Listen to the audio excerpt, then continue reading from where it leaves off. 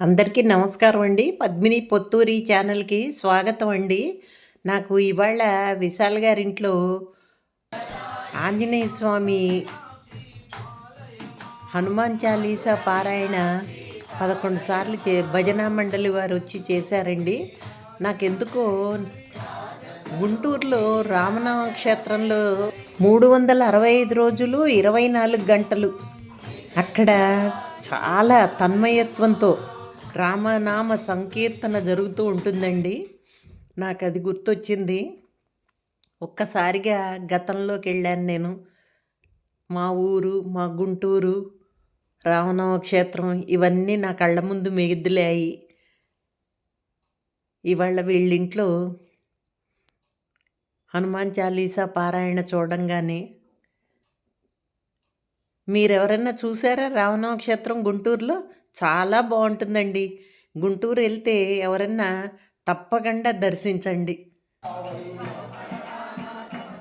రామనామ క్షేత్రం చాలా మహిమగల గుడి అండి.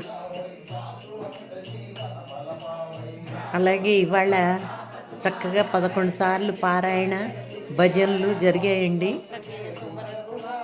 చాలా బాగుంది.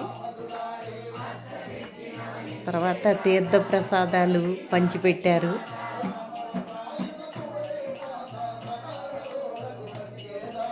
ఆ సీతారామాంజనేయ స్వామి అనుగ్రహ కటాక్షం మీ అందరి మీద, మనందరి మీద ఉండాలని మనసారా కోరుకుంటూ శ్రీరామనవమి వేడుకలు వీక్షించి మనం ఆయన ఆశీస్సులు పొందాలని కోరుకుంటున్నాను. నా వీడియోస్ కనుక మీకు నచ్చినట్టయితే లైక్ చేయండి, షేర్ చేయండి.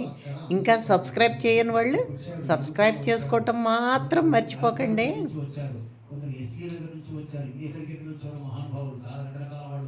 చిన్న కామెంట్ కూడా పెట్టండి.